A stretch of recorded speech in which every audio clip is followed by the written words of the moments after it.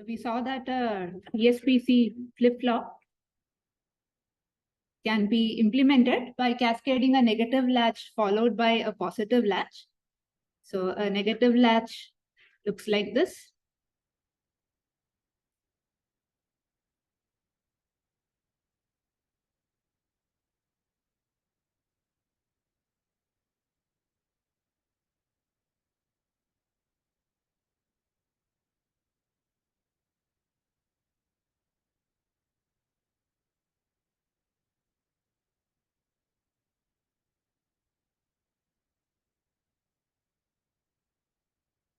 So this is your negative latch. And then we cascade this with another positive latch.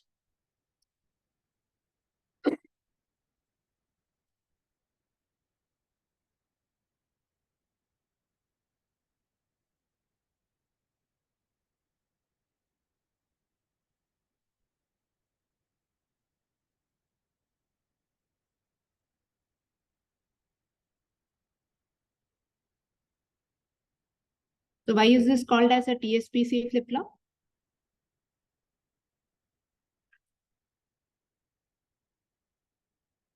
What does TSPC stand for? Please refer to your notes. Single clock. So it stands for true single phase clock, right? So this circuit uses only one phase of the clock, only clock and not clock back. Hence, this is a TSPC flip-flop. Now, we then made minor modifications to this to obtain a different flip-flop architecture. So all that we did was we replaced the last stage as a regular inverter. So if this is Q, then this becomes a Q bar. And then we replace the second last stage with a dynamic inverter.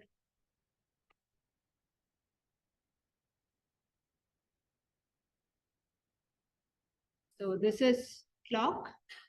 This was also clock. And the output was fed here.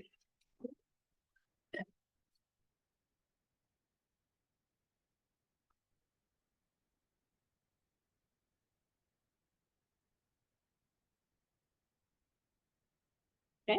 So we replace this with a regular inverter. This has been replaced with a dynamic inverter. And we spent considerable amount of time trying to analyze this and establish that this is in fact acting as a flip-flop. So do you see any benefit for the second architecture compared to the first? I mean, the first one is very easy to remember, right? So we have made minor modifications to obtain this. Is there any reason why we would prefer this over the first one?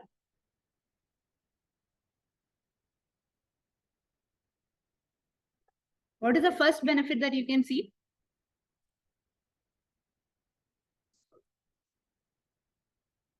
Sorry? It is one less transistor, right? So the layout can be expected to be slightly more compact. What about the number of transistors that are connected to clock? It is same. So at least we don't have any disadvantage with respect to that. What else? Do you get Q bar here? Right? You don't have access to Q bar in the first flip-flop implementation. If you want that, you have to invert this by adding another inverter here. Whereas this circuit with one less transistor is giving you both Q and Q bar. So which is why we usually prefer the second TSPC flip-flop implementation. Okay. Any questions on this? All right. So now let us get into some timing analysis part. So for combinational circuits, what are the two delays that you know of now?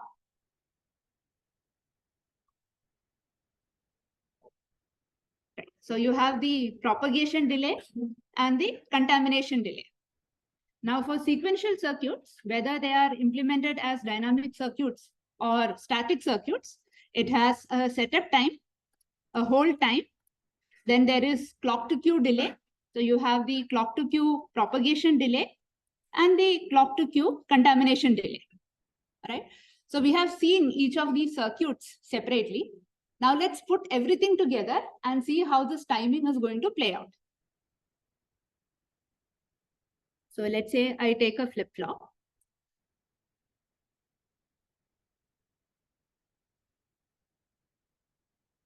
So this has data as D1. There is an output Q1. This, let's say, goes through a combinational circuit.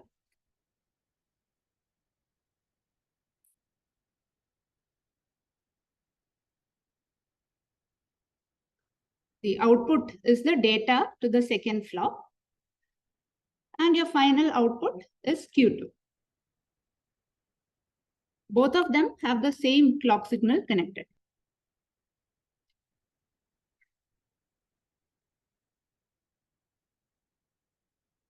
So let me draw the clock signal.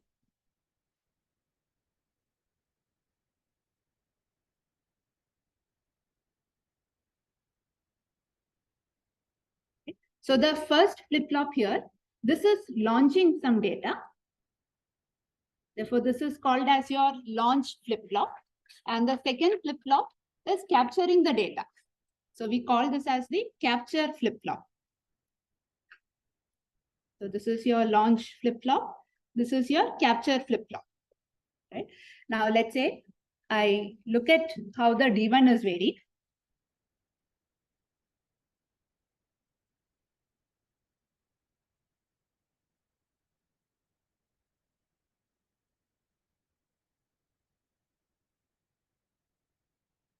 I'm going to call this as my first event and the second event. Now, corresponding to this, your Q1 is going to vary. Now, you are aware of the term TCCQ and TPCQ. So, from this clock edge, the earliest at which the data can get ready is after how much delay?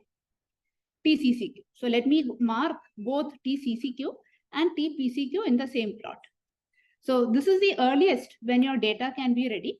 And then from this clock edge, this is at a distance of TCCQ. Right? Now, the latest by which the data can get ready is TPCQ.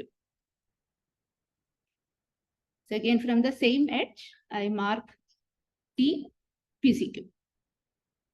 Okay. After this, Q1 is going to hold the first event. Let me also mark my D2. I'm going to identify the earliest at which the D2 is going to be ready and the latest at which the D2 is going to be ready.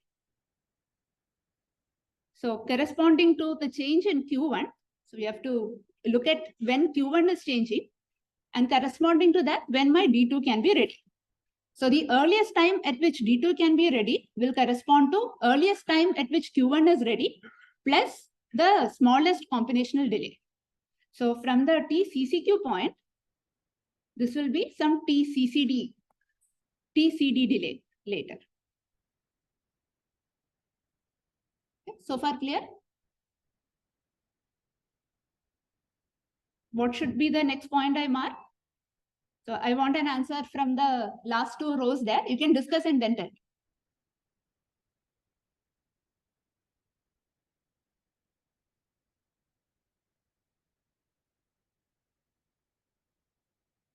So what is the latest time at which Q1 is ready? Based on the plot.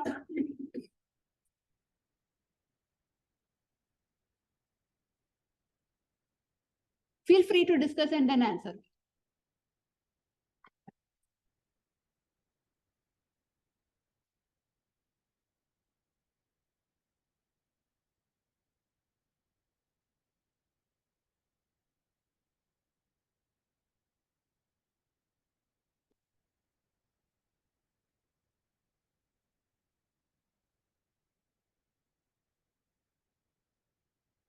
So the earliest time at which Q1 is ready is TCC. Right. The latest time at which Q1 can be ready is when the maximum clock to Q delay is accounted for. And that is clock to Q propagation delay. Right. So the minimum clock to Q delay is the clock to Q contamination delay of the TCCQ. Maximum clock to Q delay is the clock to Q propagation delay or TPCQ. Right. So the maximum time Q1 can take to get ready is one clock to Q propagation delay. Right. So that is this point. Now on top of this, we calculate the maximum combinational delay. So again, the propagation delay for the circuit. So from TSPC, we look at what is the worst case combinational circuit delay, and that will give you this one. So from here till this is TPD. After this, the first event is ready at D2.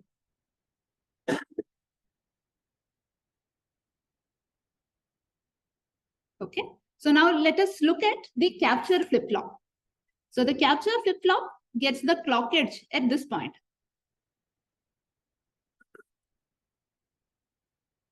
Right?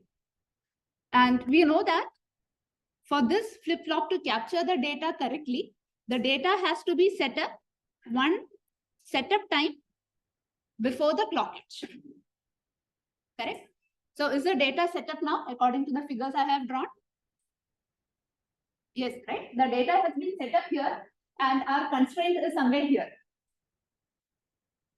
So the setup time constraint has been nicely met in the circuit. Now let us put this in an equation, right? So you have one clock period to work with. And within this one clock period, we need to account for the clock to Q delay. So clock to Q delay, the combinational delay, and the data has to be set up one setup time before the clock. Right? So as my clock period has to be greater than what we need to write the worst case worst case expression, right? So the worst case time for Q1 to be ready is TPCQ. Worst case time for D2 to be ready is TPD, right? So TPCQ plus TPD, we have taken so much of the clock period. A little portion of the clock period is taken by TSP. So our T clock has to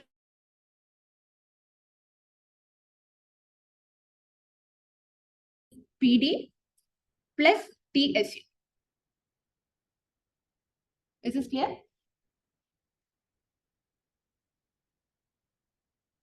Now, if my clock period was much smaller, so let's say my clock period was something like this,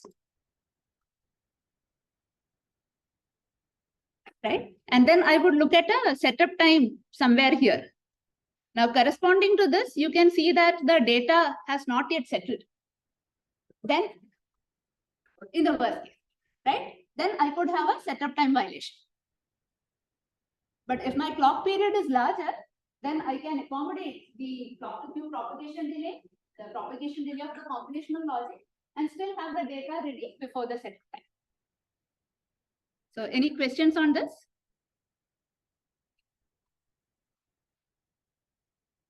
So now that there is a constraint on the clock period has to be greater than some number, right? It means there is a minimum clock period at which the circuit can function correctly without having a setup violation. So a minimum clock period constraint then translates to a maximum operating clock frequency. Can you tell me what is the maximum frequency at which this circuit can work? Right. So that is 1 by TPCQ plus TPD plus TSU. And this constraint is called as the max delay constraint.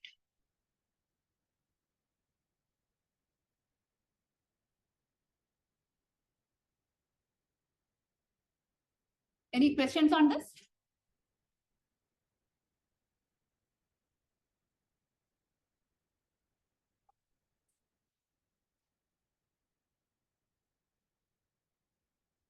We will discuss that.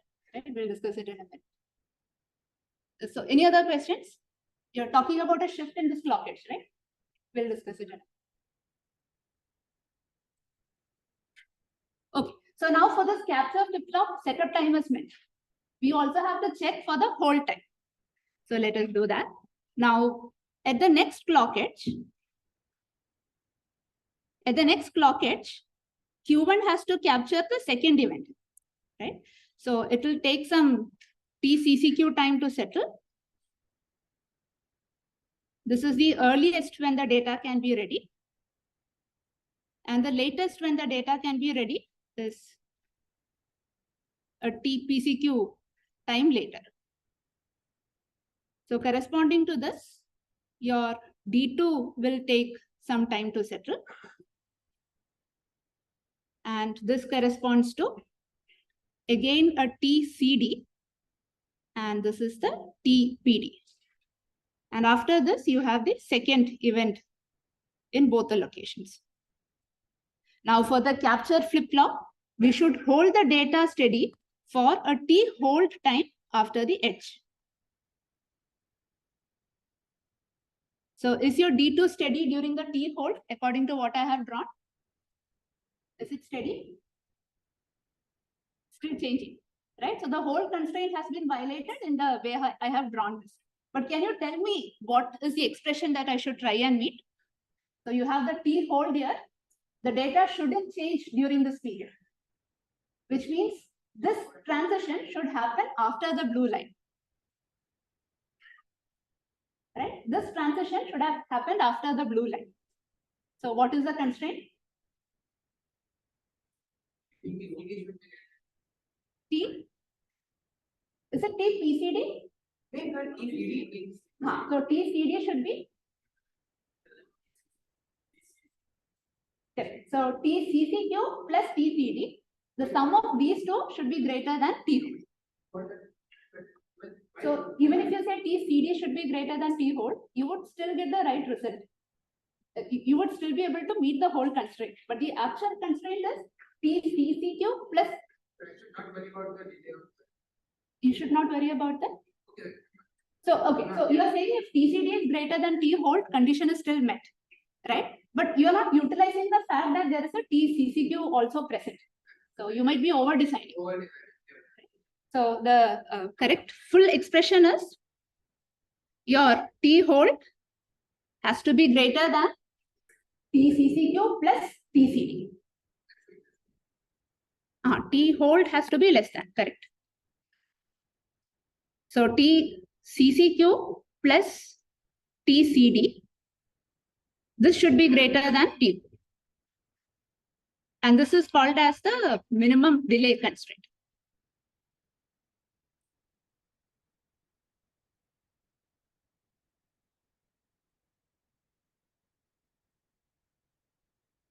So anytime you want to analyze a circuit like this, the first step is to find out who's launching the data, who's capturing the data. And then you look at the capture flop and see whether the setup and hold time have been met for it. And so you can look at the circuit and derive these two equations. Okay. So now let us focus on the first part, the max delay constraint for a minute. So you can see that the clock period or the maximum operating frequency is now dependent on the setup time of the flop, right? So you have now seen static flip-flops as well as dynamic flip-flops. If you want a very high operating frequency, which flip-flop would you prefer? Which of those has lower setup time? Dynamic, right? So the dynamic flops tend to have lower setup time as well as lower clock to queue propagation delay, which is why for very high operating frequency, dynamic flops is a very good choice. Now, let me give you another situation. Let's say you designed a chip, it got fabricated and you got it back. And you see that the setup constraint is violated. What can you do? Reduce the operating clock frequency, right? So your performance has slightly degraded. It's working slightly slower, but you can still sell it to the consumer for a lesser price. Now, let's say you got your chip back, fabricated chip in your hand, and you see the hold constraint is now violated. What can you do? So the hold constraint within the chip has been violated, right? It's not like a single flip-flop. It's a bigger circuit.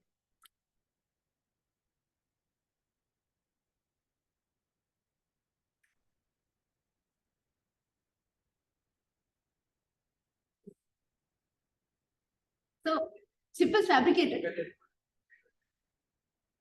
You can't do anything, right? So the only hope is maybe the issue is localized. Let's say it's in a small portion. Then you block off that portion and say the rest of it works and it doesn't. You can still use it at a lesser functionality. An extreme case is when you design for an 8-core processor and you shut down 2 cores and say that it's a 6-core processor now, right? But if you can't localize it and it can affect the entire chip operation, then it's gone, right? Which is why the hold constraints are actually very serious when you operate. Any hold constraint issue, if you catch it during the design phase, there are so many things you can do, right? You can figure out a way to increase your TCCQ or add additional buffers in the combinational path to increase TCD. Maybe instead of clocking it with rising edge, clock it with a falling edge. So you have so many options, right? But you need to catch it during design phase to make use of all these options. So the whole constraint you have to check, very thoroughly. Okay. So now let us look at the scenario that he asked. What if the clock edges are reaching these 2 points at different instances, right? So let's say I have 4 flip-flops.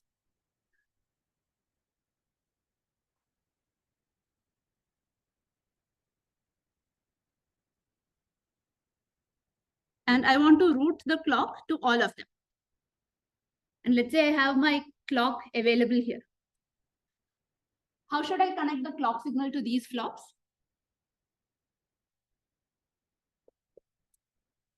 Okay, so let me give you an option. Tell me if this is okay.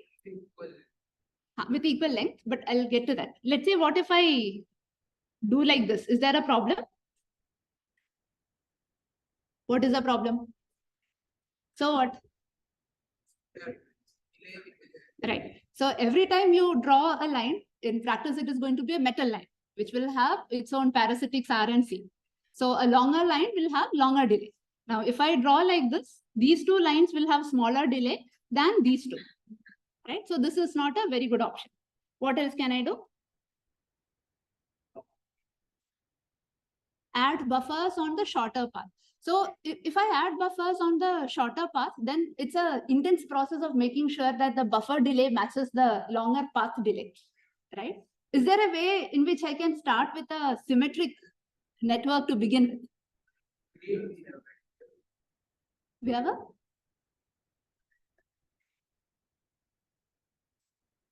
user tree architecture, right? What was your answer? Find the central point. So what do you mean by central point? Central point for all of this, is it? Okay, I find the central point. Then let's say I route it like this and then connect like this.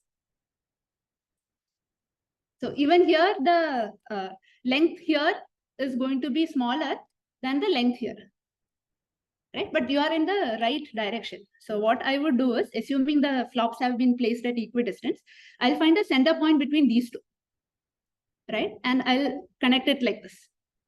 And I'll find the center point between these 2. And I connect it like this. Now I find the center point between these 2. Right? And take the center and take it to the point I want. So this is a clock tree routing. Right? And clock tree is a term that you will hear a lot. So now in this particular case, this is your root. So you have trunks. And finally, these are your leaf nodes. Okay. And sometimes you might find that there are, the drive strength of the buffer that is driving this node is now not sufficient because you have a longer routing. It is symmetric to all the nodes, but the routing is still longer. So in which case you can simply add buffers in these paths. So add identical buffers.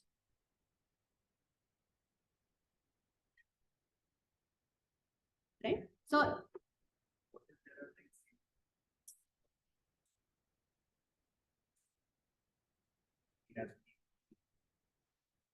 So now one thing is the way how you place the flip-flop will take into account the fact that the clock tree has to be routed.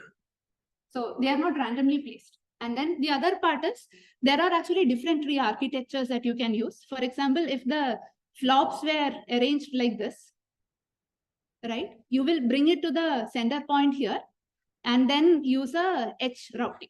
So something like this could be used. So there are different architectures that you can use. And so you would see a combination of what tree routing you need to use and how to place the standard cells accordingly. And then okay, so now at least in the figure I have drawn, there are no systematic mismatches, right? If I give a clock, unless there are any without any random mismatches, I'm guaranteed that the clock is going to reach all the 4 nodes at the same time, right? But the real world also has random mismatches, which means even after doing all of this, you are still not guaranteed that the clock is going to reach all the flops at the same time. So now we will introduce this clock delay to one of the flip-flops and see how that is affecting the timing analysis. Let me copy this.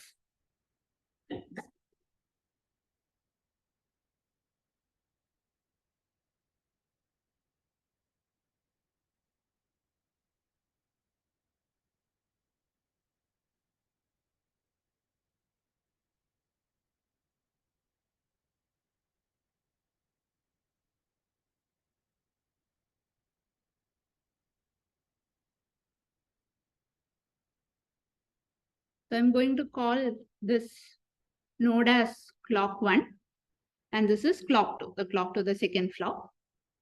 So let's say clock 1 happens as expected. Now for the clock 2, I'll simply edit the second edge.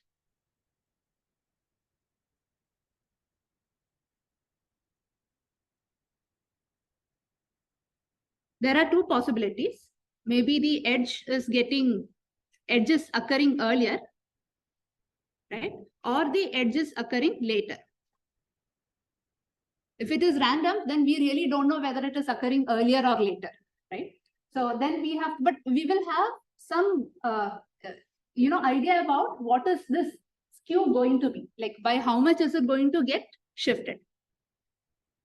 So how we'll have the ideas, you would run a lot of simulations, including mismatches, and then you will look at what is the worst case by which the clock is getting shifted to either side. So you will have a worst case clock skew value available to you. Okay. So now, given this clock skew, can you tell me which of these edges we should consider when we are looking for setup time constraint for the capture flop?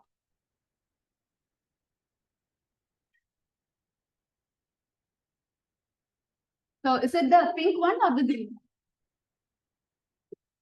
This is pink one, right? Because if the clock edge is occurring here, then effectively your time period has sort of reduced, right? So how does the constraint now come out? T clock minus whatever is your clock skew now should be greater than, what should it be greater than? TPCQ plus TPD plus TSU. Is this clear? So your new clock edge is here. This is your new clock edge, which means the setup time constraint is now referenced with respect to that. So your data should be ready earlier than before. Right? So the data should be ready with T clock minus T skew time. Your effective clock period has been reduced because the clock edge is occurring early. Okay. So now to do a hold check for the capture flop, which clock edge should I consider? You have to consider the second edge. And what is the constraint? Can you tell me the constraint?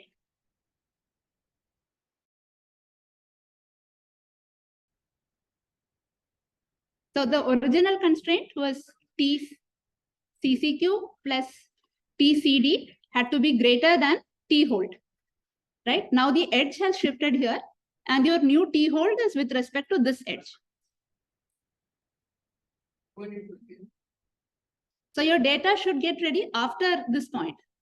But the launch flop is sending the data with the same clock edge. The launch flop is seeing clock 1, the capture flop is seeing clock 2. So it should be T hold plus T clock skew. So has it become harder or easier to meet? This has become easier to. Why is it easier? Yeah, it has become harder.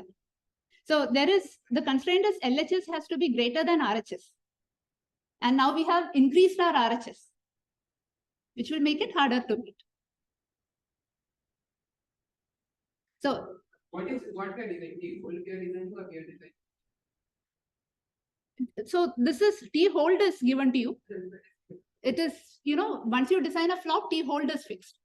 And when you are designing things at system level, you don't go back and fix something inside a flop, right? So T hold and T clock skew are now fixed for you. And then you have to play around with TCCQ and TCD. TCCQ is fixed. So now TCD, in which case you will add buffers.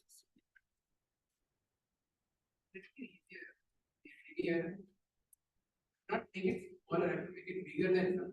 You have to make it bigger. I can make it bigger by doing anything, but I can make it smaller after. You can make it so it is still possible to meet it. What I meant is earlier the clock skew was not there. So your RHS was smaller, which means this is the minimum value and you wanted something else to be greater than that. Now the RHS has increased. So the margin with which you are meeting the constraint has reduced. But it's possible, of course, to add buffers in the data path, in the combinational delay and correct, right? The other thing that is possible is if you introduce additional delay in the clock path here, you delay the launching of the data, then also it is possible. So a lot of possibilities are there. Depends on how one change is affecting the other nodes. If you have a bigger system with multiple flops, you make a small change, the setup or hold time of another flop can get affected, especially if you are making changes in the clock tree path. Is this clear? Like for example, I decided that I need to increase this delay and I increased the size of it. I upsized it, right? Now in doing this, you have increased the capacitance at this node, which means this delay is increasing and that might affect the setup or hold time of the other flops. So it's very interconnected. It's a problem with multiple variables that you need to optimize. Okay, so here the clock skew part is still related to mismatches. And once you fabricate a chip, that mismatch is very unlikely that it is going to change. It is constant for a given process corner, right? But there is something called as noise also in the circuit. And this noise is a totally random behavior. Even for a chip, the noise variable is going to vary from one time point to another. So if I look at an ideal clock with some T clock time period,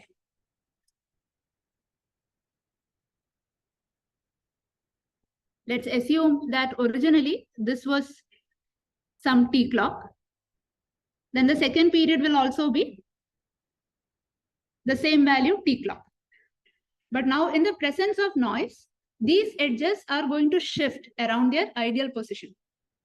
Because of which your one clock period is now going to become T clock plus delta 1. This will become T clock plus delta 2, etc. Right? So this delta 1, delta 2, etc. are then called as period jitter. So the shift in the edge here is then called as an edge jitter. So now we have to take into account the possibility that the edges can shift, which means our setup and hold constraints are also have to be calculated based on the maximum possible shift in the edge possible. Because if it shifts a lot to this side, right? So along with the skew issues, now these edges can shift around these points. So you take into account this also when you calculate the setup and hold. So the calculation mechanism follows the same thing as we discussed for the clock skew. So for worst case conditions, you look at the shift happening to the left side for setup conditions. For hold conditions, you look at the clock shifting to the right side. And together we call this as the uncertainty in the clock.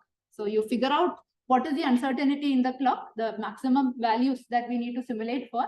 And based on that uncertainty, you will calculate the setup and the hold constraints. Any questions on this? Then let me give you a question. So you are required to calculate the setup slack and the hold slack. So I have not explained what a slack is. So I'll give you the same scenario that we were working with. You have a combinational logic followed by another flop. For now, assume that the clocks are ideal. There is no clock skew. The delay of the combinational logic is 6 nanoseconds. Setup time of both the flops are 1 nanosecond. Hold time 3 nanosecond. TCQ is 2 nanosecond. And the clock period is 8 nanosecond. So if the TPCQ and TCCQ are not mentioned separately, and if a single value is only given, simply assume that both of them are equal for these numerical problems. So before we look at what slack means, can you quickly tell me if the setup time constraint is met?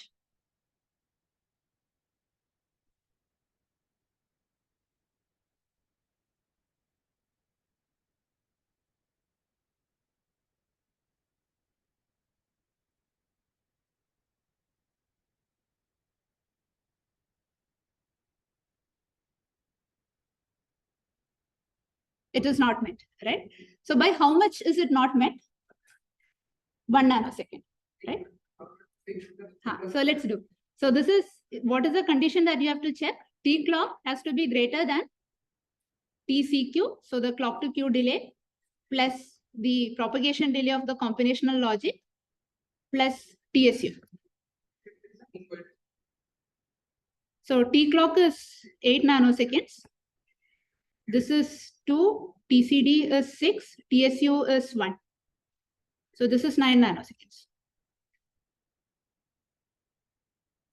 Right? So the condition is of course not met.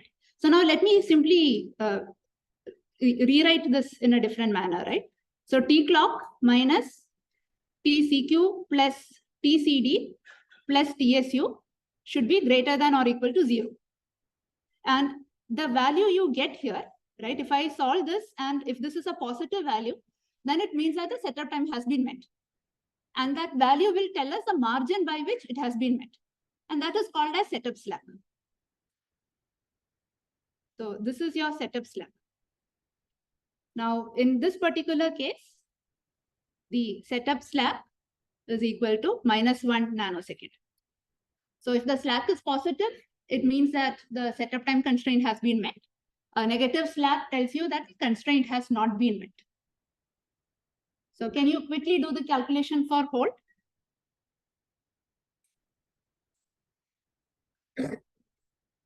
This should be TPD. So here I don't have a delay for, I have not given you separate delay for the contamination and propagation delay for the combinational circuit. So yeah, they are equal.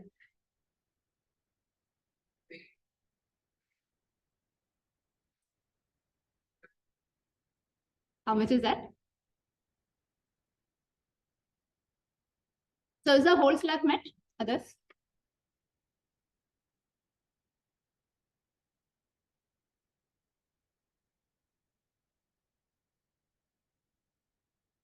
So the condition to check the whole constraint was TCD plus TCCQ should be greater than the T whole time. So here I have given you a single combinational delay and just one clock to Q delay. So the slack is defined as simply T combination plus TCQ minus TH. And you should get this as 5 nanosecond. So the number is positive, which means the slack has been, the whole constraint has been met. And it's a large positive number, 5 nanosecond. So you don't have anything to worry. Okay. So I'll give you some more problems to practice these timing calculations in a small tutorial. And this is called as static timing analysis. So this is your STA or static timing analysis.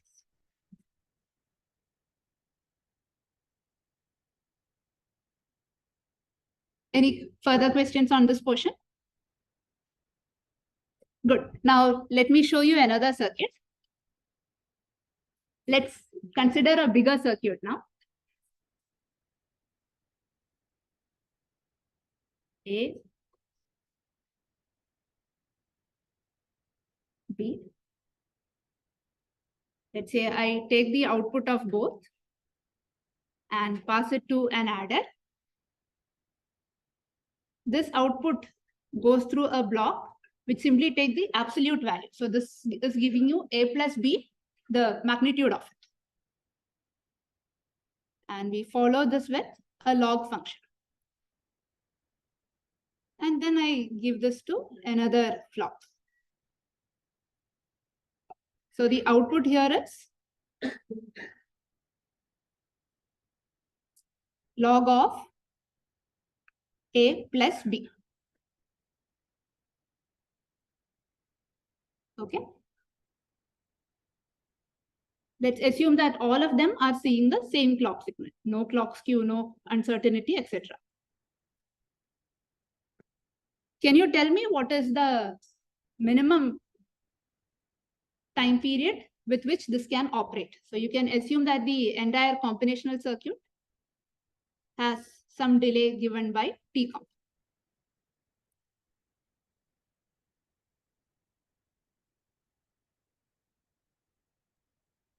First step is to identify the launch flop and the capture flop. What are the launch flops here? So both A and B, and they are getting launched at identical times, right? And the capture flop is the second one. So simply assume TCQ and TSU as the parameter for both the flops. Can you tell me what is the expression for T minimum?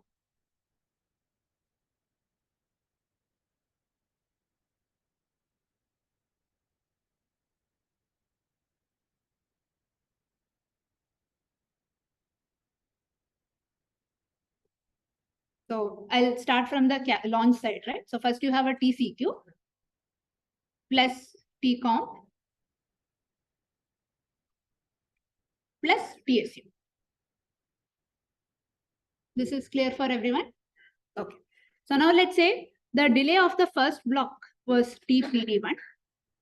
This is TPD2 and this is TPD3.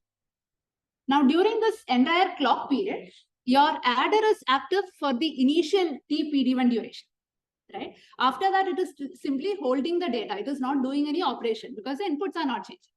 Then the absolute block becomes active. Then once the output is ready, it is also staying idle. And finally, during roughly the last 1/3 of the clock is when this log combinational logic is doing some operation.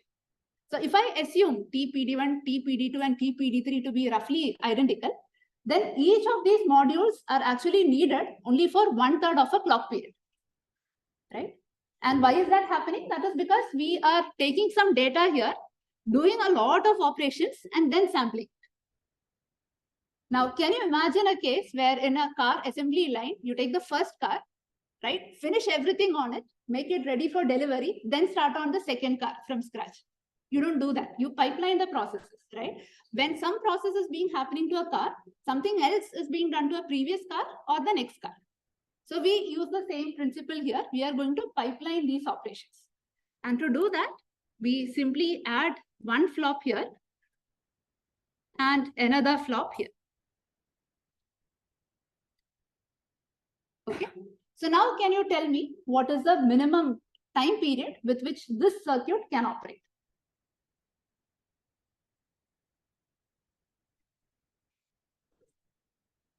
TCQ plus TPD1 plus T setup time. So you have checked only for this flop, right?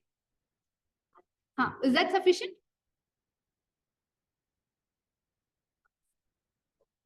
Maximum of all the three, right? So you have 3 capture flops here, 1, 2, and 3.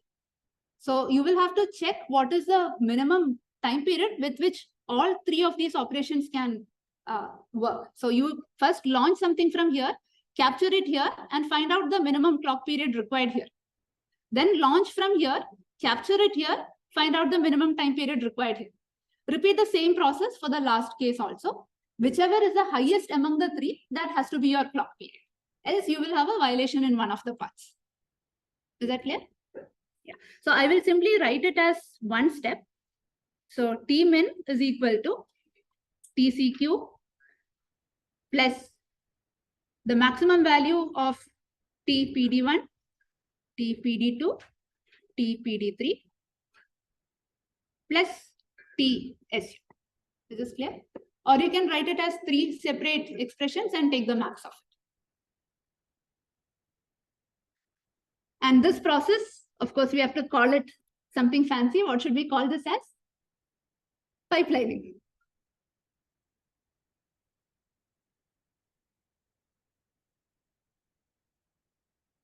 Because we have pipelined our operation. So anytime you see a big combinational logic block, if it can be broken down to smaller blocks, your operational frequency can be increased.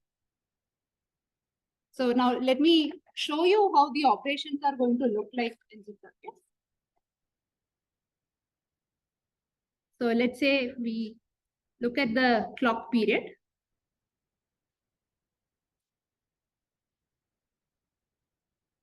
So we look at the adder output, the output of the absolute value, and finally the log.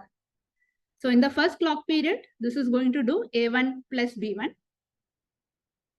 There is nothing here in the other two outputs.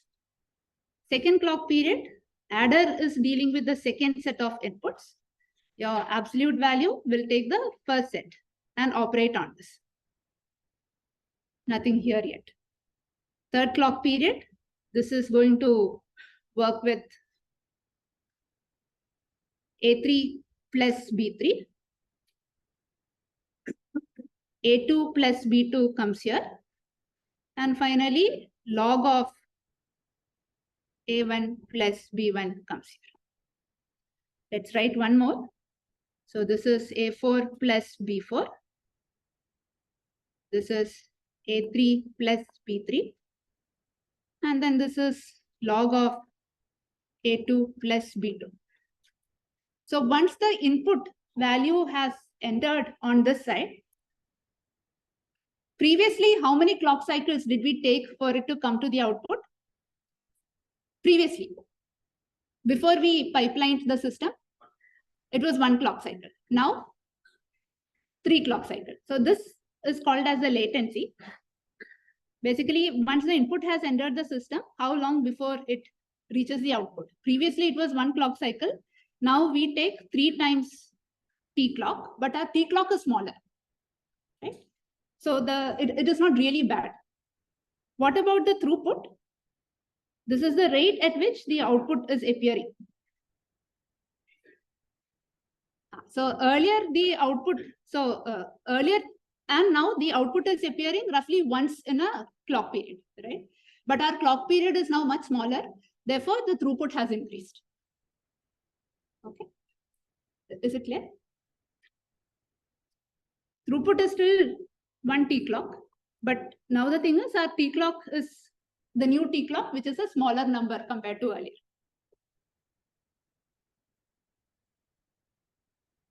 So now here is another question. Let's say I'm doing pipelining, right? What is the maximum combinational delay that I can accommodate between 2 flops?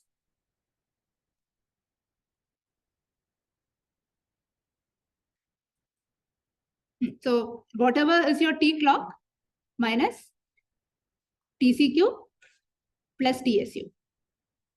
So this is the maximum T conc that you can accommodate between any 2 flops, right? So this portion is called as your sequencing overhead.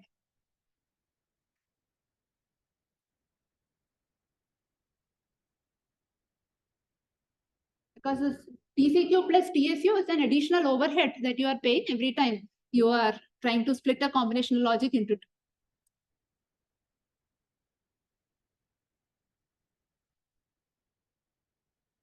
So for your N,